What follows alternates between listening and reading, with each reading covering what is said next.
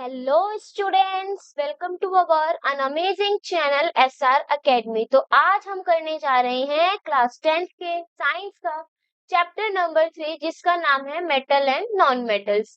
ये हमारे इस चैप्टर का लेक्चर नंबर 3 यानी पार्ट 3 होगा, जिसमें हम मेटल और नॉन मेटल के आगे के कॉन्सेप्ट्स के बारे में बात करेंगे। जो हमारा लेक्चर नंबर 1 था यानी पार्ट 1, उसमें हमने मेटल और नॉन मेटल की फिजिकल प्रॉपर्टीज के बारे में डिस्कस किया था। एंड नेक्स्ट था हमारा लेक्चर नंबर 2 यानी कि पार्ट 2 इस चैप्टर का, जिसके अंदर हमने मेटल्स और नॉन मेटल्स की केमिकल प्रॉपर्टीज को ध्यान में रखते हुए बहुत सारी रिएक्टिविटीज के बारे में पढ़ा था कि जो हमारे मेटल नॉन मेटल है वो जो है वाटर के साथ किस तरीके से रिएक्ट करते हैं, मेटल हमारे डाइल्यूट एसिड के साथ क्या रिएक्ट करते हैं। तो ये सारे हमारे पिछले लेक्चर के कॉन्सेप्ट्स थे, जिसमें हमने सिर्फ और सिर्फ मेटल नॉन मेटल के रिएक्शंस के बारे में डिस्कस किया था। आज हम उससे आगे अपने टॉपिक्स को कंप्लीट करेंगे, आयनिक कंपाउंड्स के बारे में पढ़ेंगे, रिएक्टिविटी सीरीज के बारे में पढ़ेंगे, यानी हम अपने चैप्टर को एक न्यू टॉपिक से यहाँ पे शुरू करेंगे। चैप्टर की शुरुआत करने से पहले हम अपने प्रीवियस लेक्चर के बारे में रिकॉल करेंगे कि हमने प्रीवियस लेक्चर में क्या क्या पढ़ा था, क्योंकि देखो हम चैप्टर नंबर 3 को ही पढ़ रहे हैं यानी मेटल नॉन मेटल्स को पढ़ रहे हैं।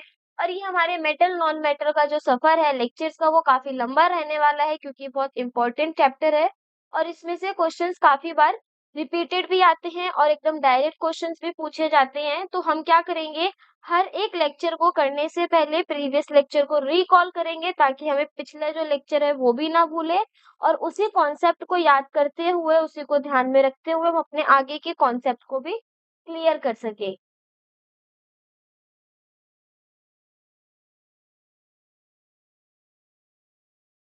अगर प्रीवियस लेक्चर के बारे में बात की जाए तो प्रीवियस लेक्चर में हमने कुछ रिएक्शंस के बारे में पढ़ा था, जिसमें हमने ये देखा था कि अगर हम मेटल को ऑक्सीजन के साथ रिएक्ट कराते हैं तो हमारा क्या बनता है, मेटल ऑक्साइड बनता है। यहाँ पे सिर्फ और सिर्फ मैं रिएक्शंस की फॉर्मेट के बारे में डिस्कस करूंगी।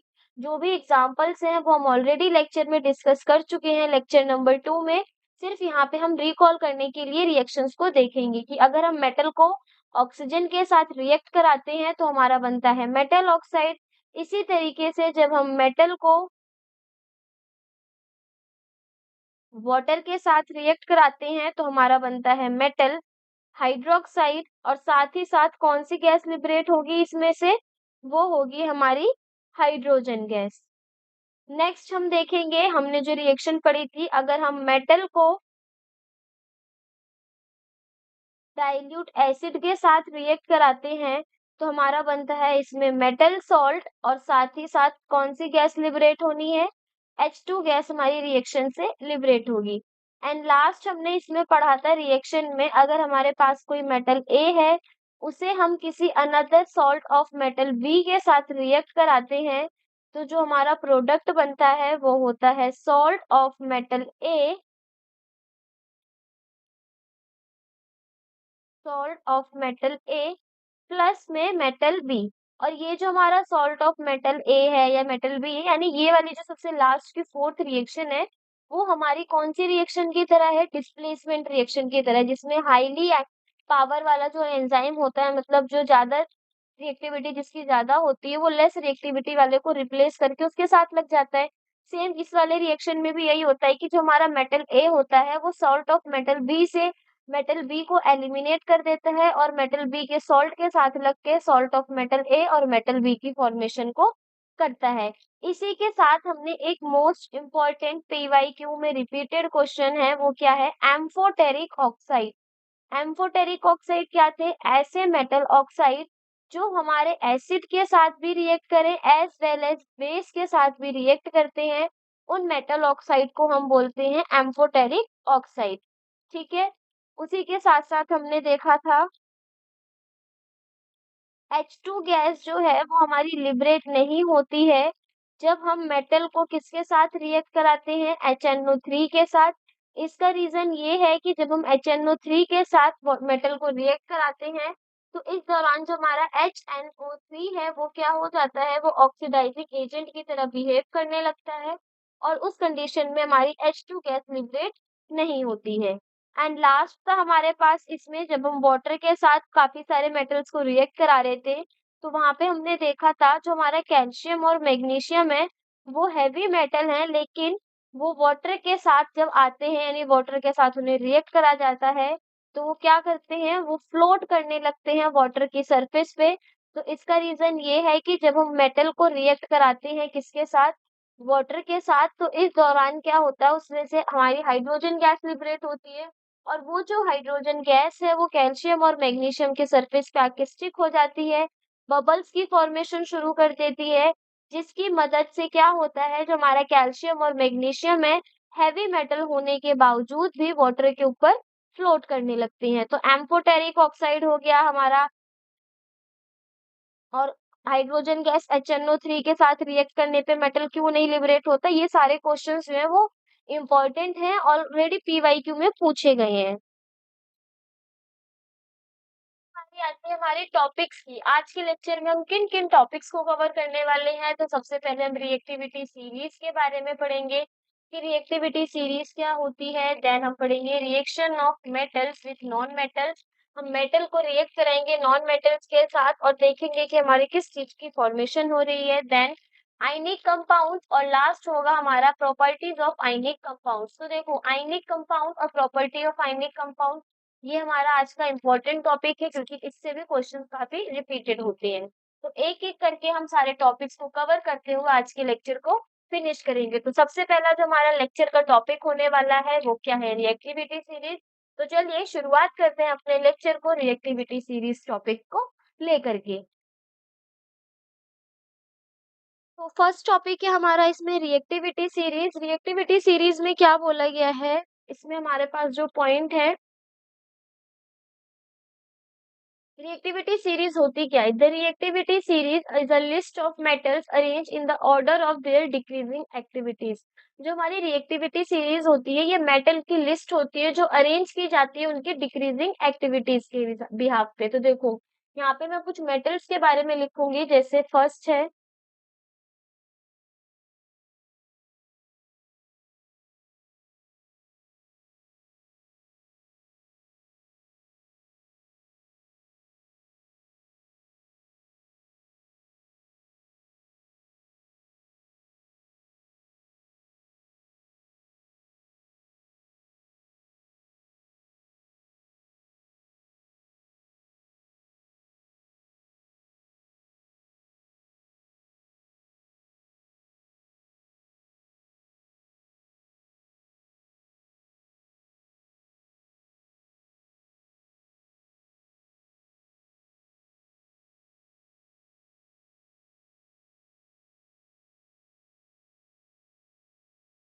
तो ये क्या है, ये है हमारे मेटल्स की लिस्ट। देखो कैसे हो गया, पोटेशियम,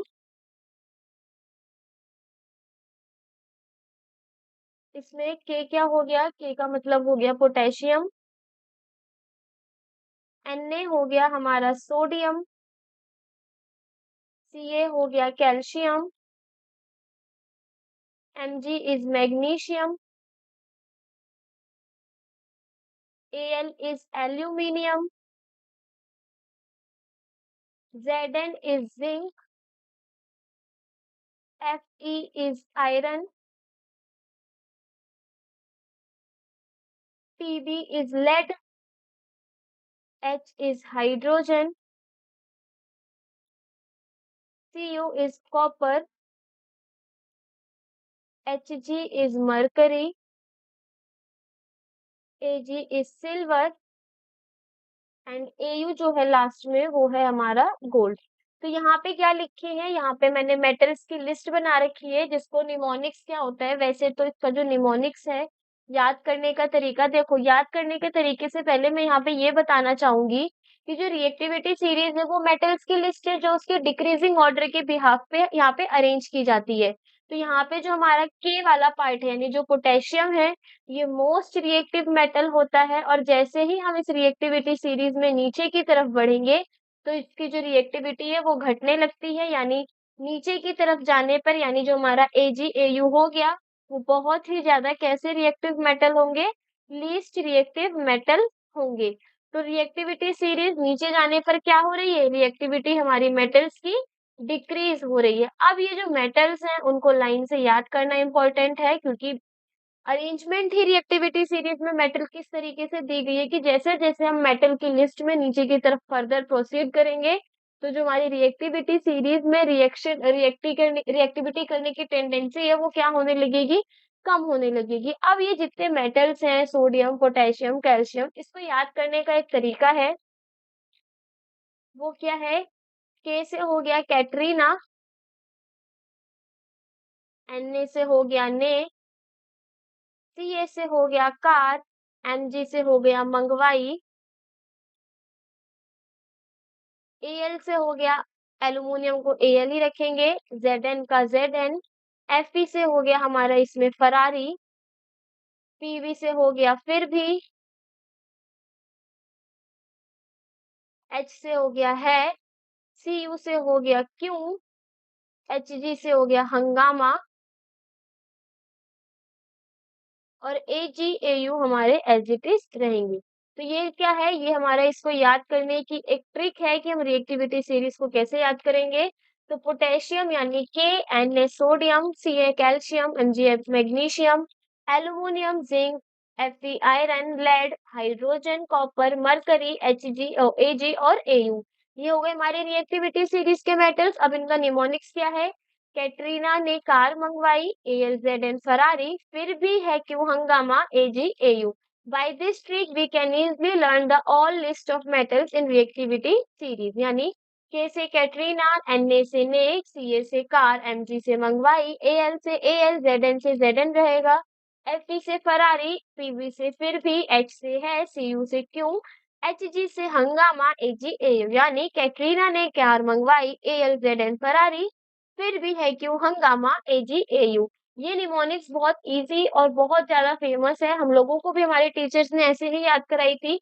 तो ओवरऑल जो बच्चे हैं वो बहुत फनी तरीके से इसको याद कर लेते हैं। तो रिएक्टिविटी सीरीज को अगर किसी से इस ट्रिक की मदद से याद होती है तो वो इस ट्रिक की मदद से याद कर ले, अगर बाय द वे उसको डायरेक्ट नाम से याद हो रही है तो वो नाम से भी याद कर सकते हैं, सोडियम पोटेशियम कैल्शियम ऐसे करके। इसमें कोई वो नहीं है कि आपको ट्रिक से ही याद करना है या आपको नाम से ही याद करना है।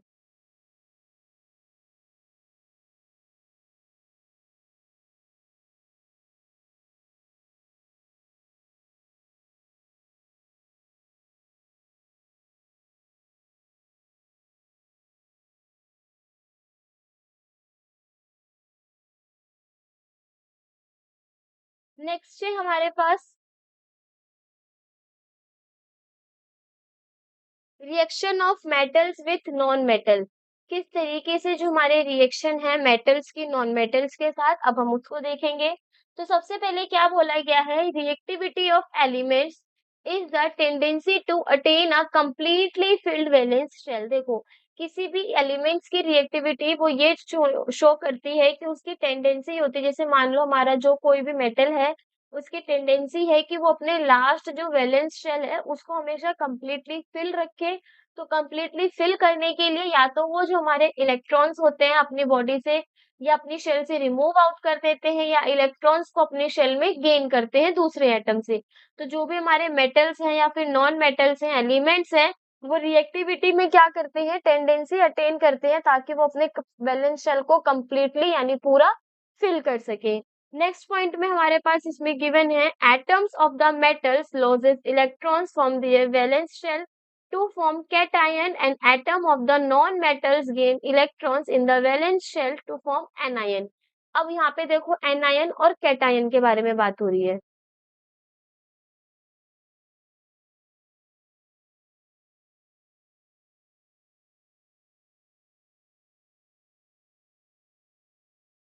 anion क्या होते हैं, anion हमारे वो नॉन मेटल्स होते हैं,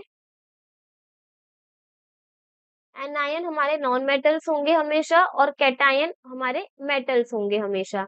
एनायन पे हमारा नेगेटिव का चार्ज होता है और कैटायन में हमारा पॉजिटिव का चार्ज होता है। इसका रीजन ये है कि जो नॉन मेटल्स हैं वो क्या करते हैं, वो इलेक्ट्रॉन को गेन करते हैं और वहीं जो हमारे कैटायंस है वो क्या करते हैं, वो इलेक्ट्रॉन को अपने सेल्फ से क्या करेंगे, लूज करेंगे। तो इलेक्ट्रॉन को लूज करने से हमारा जो कैटायन है वो पॉजिटिव चार्ज शो करता है और इलेक्ट्रॉन को गेन करने से जो हमारे नॉन मेटल्स है वो कैसे चार्ज को गेन करते हैं, नेगेटिव। यानी कैटायन को हम अमीर बोलते हैं क्योंकि इसके पास इलेक्ट्रॉन्स ज्यादा होते हैं तो वो डोनेट कर देता है, और एनायन को हम नॉर्मल ट्रिक के लिए गरीब बोलते हैं क्योंकि वो क्या करता है, वो बाहर दूसरे एटम से उनके वैलेंस शेल से इलेक्ट्रॉन को गेन करता है अपनी जो लास्ट वैलेंस शेल इलेक्ट्रॉन है उसको कंप्लीटली फिल करने के लिए। तो ये तो हो गई हमारी एनायन और कैटायन के बारे में बात। अब इन्हीं एनायन और कैटायन के मिलने से जो हमारे आयन की फॉर्मेशन होती है या जिस भी कंपाउंड की फॉर्मेशन होती है हम उसे क्या बोलते हैं, आयनिक कंपाउंड बोलते हैं। तो यहाँ पे तो हमने मेटल नॉन मेटल की रिएक्शन देख ली, क्योंकि हम देखेंगे कि हमारा जब मेटल यानी कैटायन और जो हमारा नॉन मेटल है एनायन रिएक्ट करता है तो उस दौरान हमारा आयनिक कंपाउंड की फॉर्मेशन होती है। अभी पहले हम मेटल और नॉन मेटल के एग्जाम्पल से समझेंगे, देन हम आयनिक कंपाउंड के टॉपिक को क्लियर करेंगे।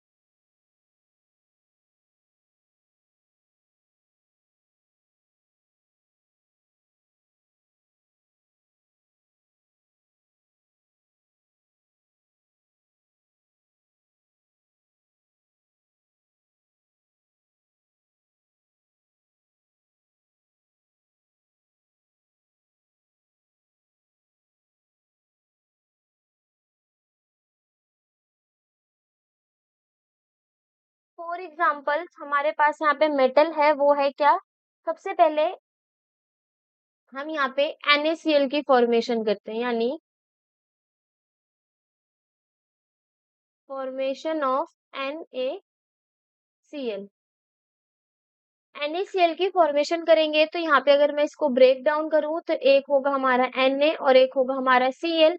Na क्या है, Na हमारा मेटल है और Cl है हमारा इसमें नॉन मेटल। तो यहाँ से एक चीज तो क्लियर हो गई, यानी Na पे पॉजिटिव का चार्ज आएगा और Cl पे किसका चार्ज आएगा, नेगेटिव का चार्ज आएगा। तो अब होगा क्या, देखो यहाँ पे अगर मैं Na के इलेक्ट्रॉनिक कॉन्फ़िगरेशन के बारे में लिखूं तो जो Na होता है उसका एटॉमिक नंबर होता है हमारा 11। अगर इसका एटॉमिक नंबर 11 है तो जो इसके इलेक्ट्रॉन्स की फिलिंग होगी वो कुछ इस तरीके से होगी, 2 8 एंड 1। हमें पता है सबसे पहले वाली जो शेल होती है उसमें 2 जाते हैं इलेक्ट्रॉन, देन 8, उसके बाद 8। तो 11 में से पहले वाले पे 2 चले गए, दूसरी पे 8, यानी फर्स्ट और सेकंड को मिला के टोटल 10 इलेक्ट्रॉन्स तो यहाँ हो गए। बचा हुआ एक इलेक्ट्रॉन हमारा लास्ट वाली शेल में जाएगा। उसके बाद क्या होगा, अगर इसके पास एक इलेक्ट्रॉन एक्स्ट्रा है तो सोडियम क्या कर देगा, अपने अंदर से एक इलेक्ट्रॉन को रिमूव कर देगा और उसके ऊपर कितने का चार्ज आ जाएगा, +1 का। यहाँ पे इलेक्ट्रॉन को शो करना इसलिए जरूरी है क्योंकि हमारा जो Na है उसमें से हमने एक इलेक्ट्रॉन को रिमूव किया है। इसी तरीके से अगर हम क्लोरीन के बारे में देखें तो क्लोरीन का एटॉमिक नंबर होता है 17। अगर हम इसका इलेक्ट्रॉनिक कॉन्फ़िगरेशन लिखें तो वो होगा 2 8 एंड 7। अब देखो जो हमारा Na है उसने जब एक इलेक्ट्रॉन को अपने बॉडी से या फिर अपने शेल से रिमूव करा तो जो उसका ऑक्टेट है वो कंप्लीट हो गया। इसी तरीके से क्लोरीन या तो एक इलेक्ट्रॉन को ले ले या अपनी बॉडी अपने लास्ट वाली शेल से 7 इलेक्ट्रॉन को रिमूव कर दे। तो यहाँ पे क्लोरीन क्या करता है, क्लोरीन एक इलेक्ट्रॉन को गेन करता है, यानी अगर ये एक इलेक्ट्रॉन को गेन करेगा तो उस दौरान हम यहाँ पे ये देखेंगे कि जब उसने एक इलेक्ट्रॉन को गेन किया तो उससे वो क्या बन गया, Cl नेगेटिव, यानी इसको जो उसकी वैलेंस शेल थी वो क्या हो गई, 8 इलेक्ट्रॉन से फिल हो गई। अब यहाँ पे हमने इसके नंबर ऑफ इलेक्ट्रॉन्स के बेसिस पे तो रिएक्ट करा दिया। अब हम यहाँ पे इसको इलेक्ट्रॉन डॉट स्ट्रक्चर से देखेंगे तो यहाँ पे Na के ऊपर कितना चार्ज है हमारा, +1, यानी Na ने एक इलेक्ट्रॉन दिया, किसको दिया, क्लोरीन को दिया, और हमें पता है क्लोरीन के लास्ट शेल में कितने इलेक्ट्रॉन है, 7। तो यहाँ पे हमने उसके 7 इलेक्ट्रॉन को ड्रॉ कर दिया। अब होगा क्या, अब होगा ये कि जो हमारा ये Na प्रेजेंट है, ये Na अपना एक इलेक्ट्रॉन किसको दे देगा, क्लोरीन को दे देगा। और क्लोरीन को जैसे ही वो अपना एक इलेक्ट्रॉन दे देता है तो वो क्लोरीन के साथ कोवेलेंट बॉन्ड को बनाता है। अब ये कोवेलेंट बॉन्ड क्या है उसको हम बाद में पढ़ेंगे। यहाँ पे दो आयंस के बीच में बॉन्डिंग हो रही है, तो यहाँ पे हमारा एक आयनिक बॉन्ड तैयार होता है, वो क्या है, NaCl। तो Na ने +1 चार्ज कैरी करा, क्यों, क्योंकि इसने एक इलेक्ट्रॉन लॉस करा। और इसी तरीके से क्लोरीन ने एक इलेक्ट्रॉन को गेन करा, तो उसके ऊपर कितने का चार्ज आ गया, -1 का चार्ज आ गया। तो यानी यहाँ पे हमने क्या देखा कि किस तरीके से हमारे मेटल्स और नॉन मेटल्स रिएक्ट करके कंपाउंड्स की फॉर्मेशन को करते हैं।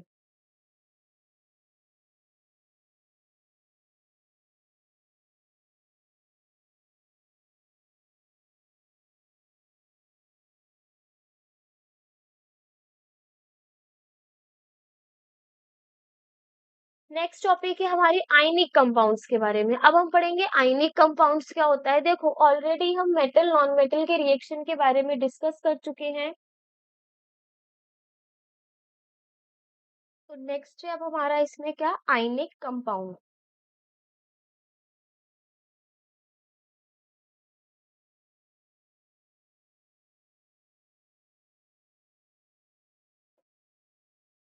तो आयनिक कंपाउंड के बारे में क्या बोला गया है, आयनिक कंपाउंड्स क्या होते हैं, the compounds formed by the transfer of electrons from a metal to a non metal are called ionic compounds और इलेक्ट्रोवैलेंट कंपाउंड्स। तो ऐसे कंपाउंड जिसमें हमारे ट्रांसफर ऑफ इलेक्ट्रॉन्स की मदद से हमारे बॉन्ड्स बनेंगे, कंपाउंड्स बनेंगे, उसे हम बोलते हैं आयनिक कंपाउंड्स और इलेक्ट्रोवैलेंट कंपाउंड्स। तो जैसे अभी हमने NaCl की फॉर्मेशन करी, उसमें हमने देखा कि जो हमारा मेटल है, मेटल से इलेक्ट्रॉन का ट्रांसफर हो रहा है नॉन मेटल पे।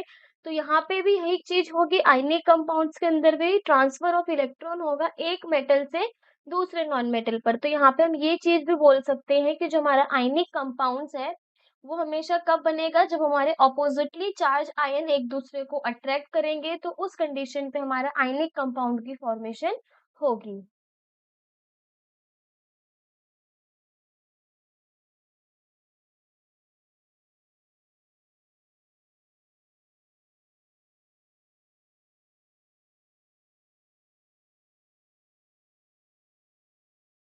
यानी आयनिक कंपाउंड्स में हम ये कहेंगे कि जो अपोजिटली चार्ज होते हैं,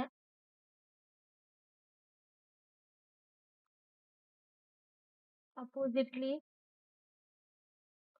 charge ion attract each other to forming an ionic compounds. ठीक है, तो जो अपोजिटली चार्ज हमारे आयंस होंगे वो एक दूसरे को अट्रैक्ट करेंगे और जिसकी मदद से हमारा आयनिक कंपाउंड बनेगा। और ये अपोजिट चार्ज कौन से हैं, कैटायन और एनायन। कैटायन ऐसे आयन जो पॉजिटिव चार्ज कैरी करे, एनायन ऐसे आयंस जो हमारे नेगेटिव चार्ज को कैरी करे। और हमने अभी डिस्कस करा कि जितने भी कैटायंस होते हैं वो मेटल्स होते हैं और जितने भी एनायंस होते हैं वो हमारे नॉन मेटल्स होते हैं। यानी मेटल से नॉन मेटल्स में जितने भी हमारे इलेक्ट्रॉन के ट्रांसफर की मदद से कंपाउंड्स बनेंगे, उन्हें हम आयनिक कंपाउंड या फिर इलेक्ट्रोवैलेंट कंपाउंड बोलेंगे। अब हम क्या करेंगे, आयनिक कंपाउंड के कुछ एग्जांपल्स को लेकर के यहाँ पे समझेंगे कि आयनिक कंपाउंड्स कैसे हमारे इलेक्ट्रॉन के ट्रांसफर से बनते हैं।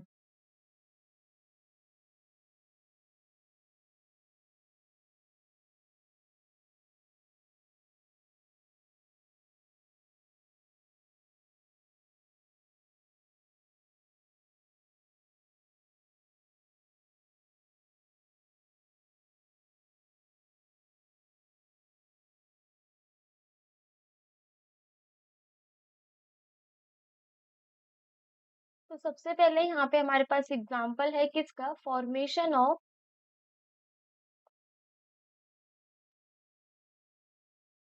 Magnesium chloride. अब हम यहाँ पे क्या करेंगे, मैग्नीशियम क्लोराइड आयनिक कंपाउंड का फॉर्मेशन करेंगे, जिसका फॉर्मूला क्या होता है, MgCl2। यानी यहाँ से ये पता चल रहा है हमारे पास Mg कितनी रिक्वायरमेंट है, एक की, और क्लोरीन कितने चाहिए यहाँ पे हमें, 2। तो अब हम यहाँ पे एक एक करके इनके पहले इलेक्ट्रॉन डॉट स्ट्रक्चर के लिए पहले इनकी इलेक्ट्रॉनिक कॉन्फ़िगरेशन लिखेंगे, देन दोनों को यहाँ पे आयनिक कंपाउंड्स में फॉर्मेशन करेंगे। तो देखो हमें पता है Mg क्या होता है, मैग्नीशियम, और मैग्नीशियम का एटॉमिक नंबर होता है हमारा 12।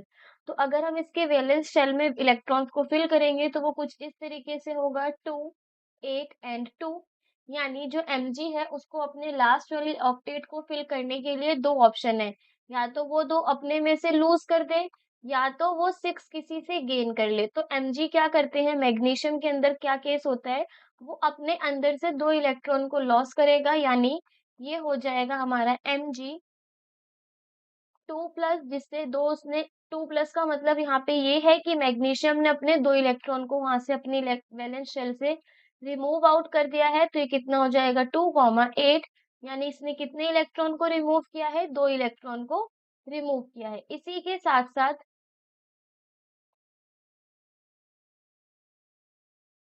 यहाँ पे हम किसके बारे में बात कर रहे हैं, क्लोरीन के बारे में। तो देखो क्लोरीन का जो इलेक्ट्रॉनिक कॉन्फ़िगरेशन है वो कितना होता है 287, क्योंकि इलेक्ट्रॉन का जो क्लोरीन है उसका एटॉमिक नंबर होता है हमारा 17। तो जब इसके वैलेंस शेल में लास्ट में 7 इलेक्ट्रॉन्स हैं तो इसके पास भी दो ऑप्शन है, या तो वो 7 इलेक्ट्रॉन अपने उसमें से लूज कर दे वैलेंस शेल से, या तो वो एक इलेक्ट्रॉन को गेन कर ले। तो क्लोरीन के केस में क्या होता है, क्लोरीन एक इलेक्ट्रॉन को गेन करता है और उससे क्या बना लेता है, Cl नेगेटिव आयन फॉर्मेशन हो जाती है, और जो इसका इलेक्ट्रॉनिक कॉन्फ़िगरेशन है वो हो जाता है 2 8 और 8।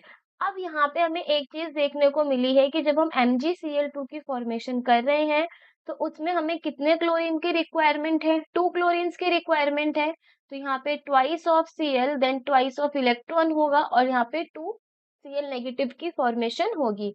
अब हम यहाँ पे बनाएंगे अपने MgCl2 के स्ट्रक्चर को। तो वो कुछ इस तरीके से बनेगा। सबसे पहले यहाँ पे हम Mg को ड्रॉ करेंगे। Mg ने कितने इलेक्ट्रॉन्स दिए, 2 इलेक्ट्रॉन्स, यानी 1 और 2। ये हो गए हमारे मैग्नीशियम के इलेक्ट्रॉन। इसी तरीके से हमारे कितने क्लोरीन प्रेजेंट हैं, दो। तो दोनों क्लोरीन के लास्ट शेल के इलेक्ट्रॉन्स बनाएंगे 7 7।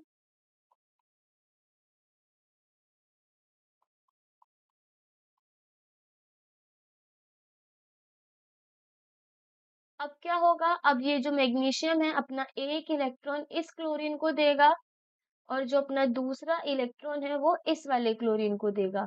तो यहाँ पे हम ये देखेंगे कि जैसे ही मैग्नीशियम ने अपने इलेक्ट्रॉन्स को किसे दिया, क्लोरीन को दिया, तो इससे हमारा क्या बनेगा, Mg2+ और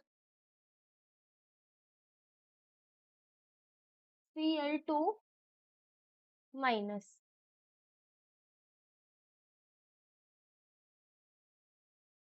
तो यहाँ पे क्या हुआ, यहाँ पे हमारा जो इलेक्ट्रॉन है वो ट्रांसफर हुआ,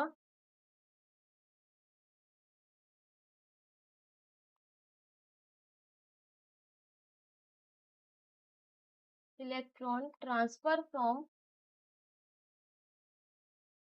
magnesium atom to chlorine atom. और जैसे ही हमारे मैग्नीशियम से ट्रांसफर होकर इलेक्ट्रॉन क्लोरीन पे गए तो हमारा किसका मॉलिक्यूल तैयार हो गया, मैग्नीशियम क्लोराइड के कंपाउंड या फिर मॉलिक्यूल की फॉर्मेशन हो गई।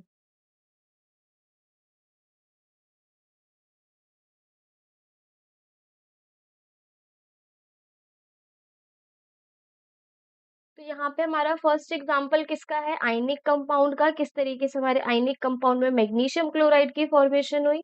इसी तरीके से हम एक और एग्जांपल लेंगे अपना किसका, कैल्शियम क्लोराइड का, जिसमें हम कैल्शियम क्लोराइड के फॉर्मेशन को देखेंगे। तो NaCl की हमने फॉर्मेशन देख ली, यानी जिसे कॉमन सॉल्ट टेबल सॉल्ट बोला जाता है। अब यहाँ पे हमने MgCl2 की देख ली, तो जो हमारा थर्ड हमारा एग्जाम्पल है आयनिक कंपाउंड में वो है हमारा CaCl2 यानी कैल्शियम क्लोराइड।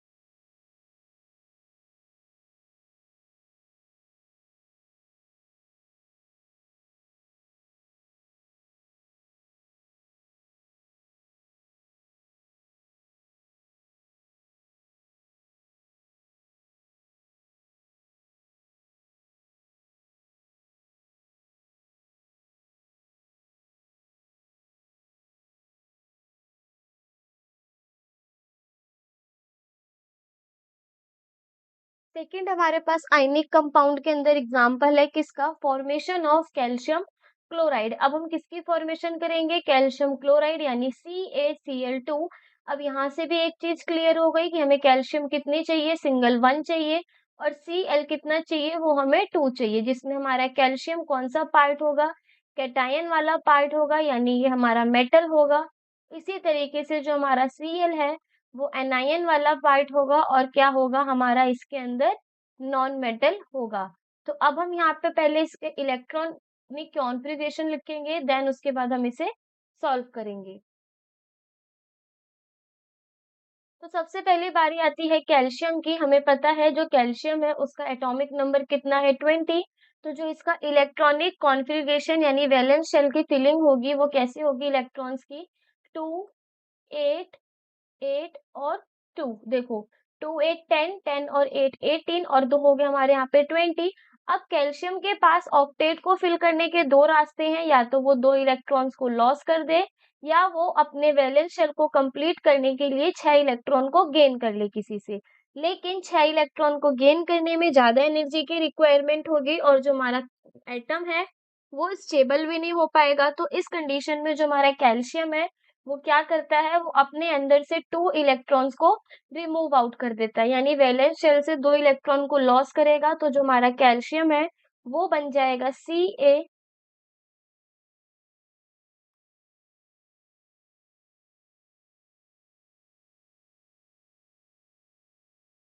वो हो जाएगा हमारा Ca2+, यानी उसने कितने इलेक्ट्रॉन को लॉस करा, 2। और Ca2+ होते ही जो इसके इलेक्ट्रॉन्स की फिलिंग होगी वो हो जाएगी 2 8 और 8।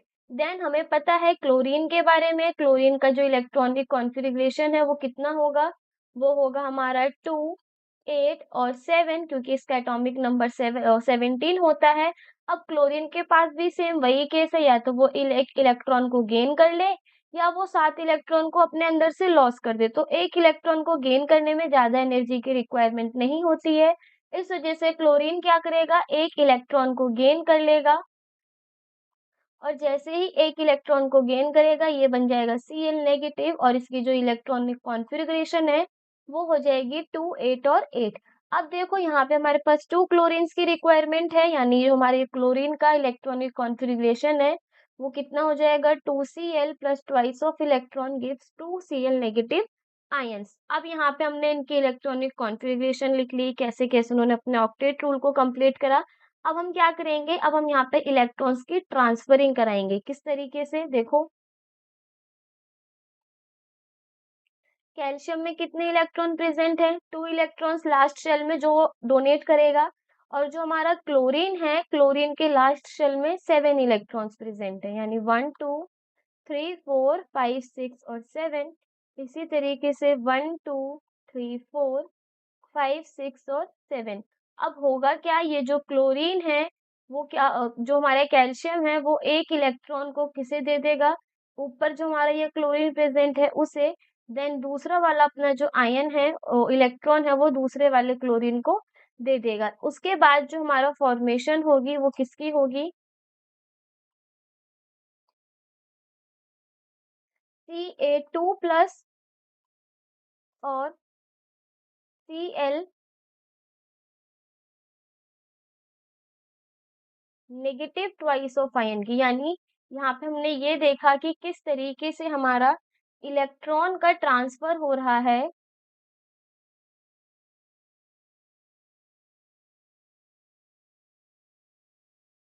कैल्शियम एटम से क्लोरीन एटम्स पे, और इसी तरीके से जिसके हमारे इलेक्ट्रॉन के ट्रांसफर होने से मॉलिक्यूल बना है किसका, कैल्शियम क्लोराइड का।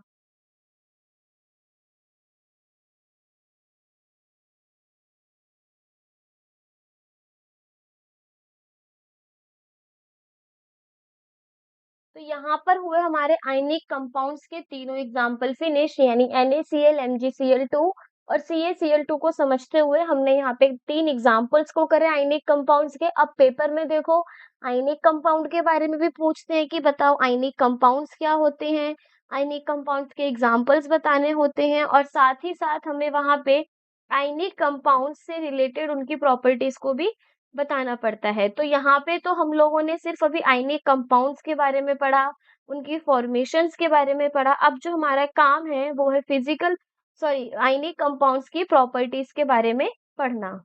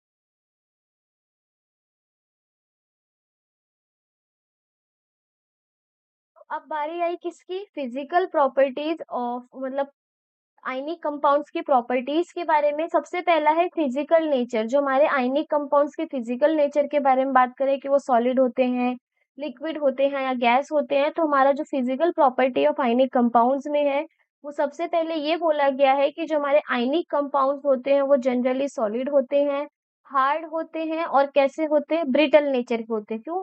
क्योंकि देखो जो हमारे आयनिक कंपाउंड्स हैं वो इलेक्ट्रॉन के ट्रांसफर से बने हैं, यानी इसमें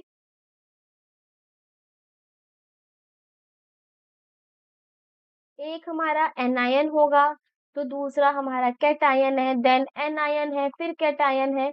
तो यहाँ पे एनायन और कैटायन की जो बॉन्डिंग है उसकी मदद से हमारा आयनिक कंपाउंड्स बना है। तो जैसे ही अगर हम इसमें कोई हैमर वगैरह से किसी भी तरीके की एक्सटर्नल फोर्स को मार्क करते हैं, इसमें एक्सटर्नल फोर्स जनरेट करते हैं आयनिक कंपाउंड में, तो होता क्या है कि जो चार्जेस हैं वो नीचे की तरफ होगा, यानी जैसे एक्सटर्नल फोर्स लगाई तो ये जो ऊपर वाली लेयर है वो नीचे की तरफ जाएगी।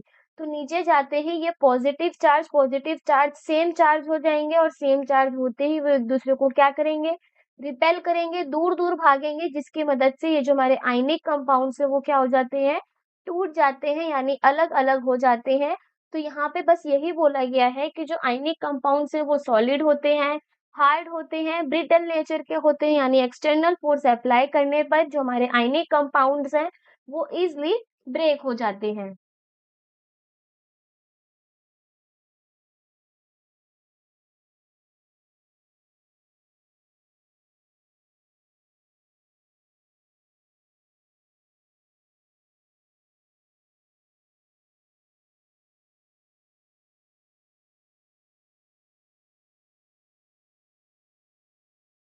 नेक्स्ट पॉइंट हमारे पास इसमें गिवन है आयनिक कंपाउंड्स की प्रॉपर्टीज में।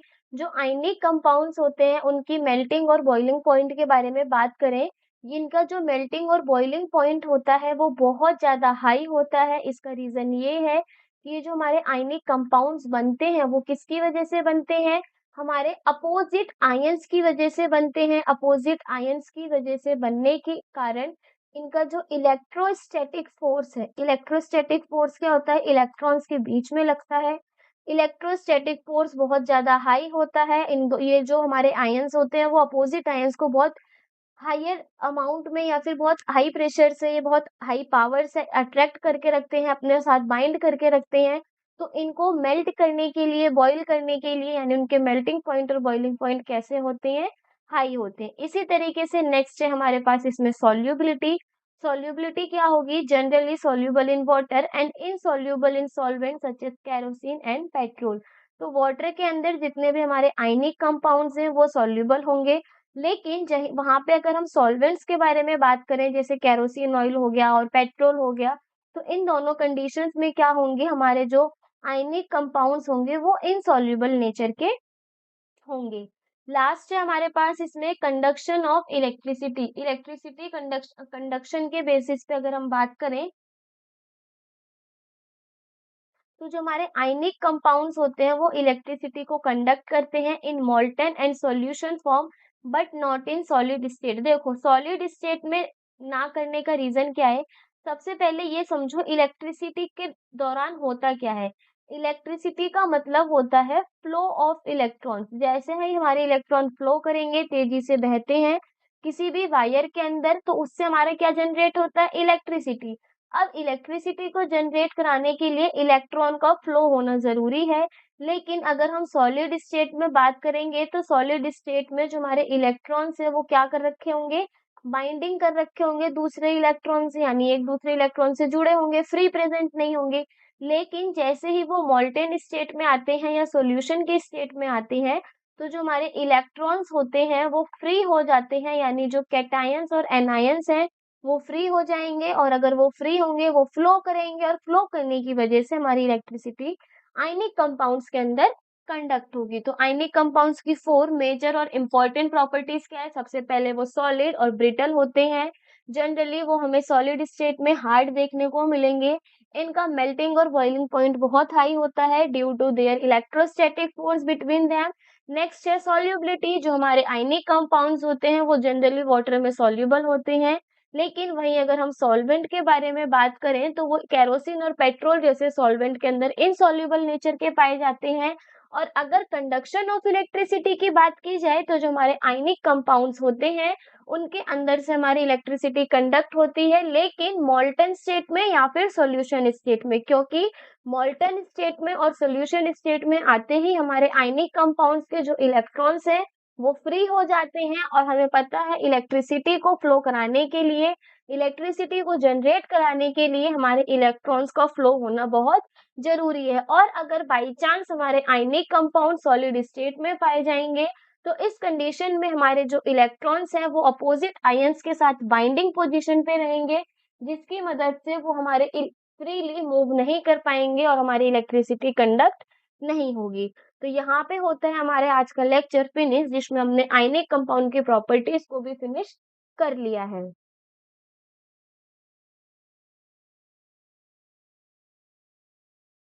तो आज के लेक्चर को अगर हम समराइज करें कि आज के लेक्चर में हमने किन किन टॉपिक्स के बारे में पढ़ा, तो सबसे पहले हमने आज के लेक्चर में रिएक्टिविटी सीरीज के बारे में पढ़ा कि रिएक्टिविटी सीरीज क्या होती है, जिसमें हमने देखा मेटल्स की ये लिस्ट होती है जिसमें हम मेटल को उनके डिक्रीजिंग ऑर्डर में अरेंज करके रखते हैं। देन नेक्स्ट हमने पढ़ा किस तरीके से हमारे मेटल्स और नॉन मेटल्स आपस में रिएक्ट करके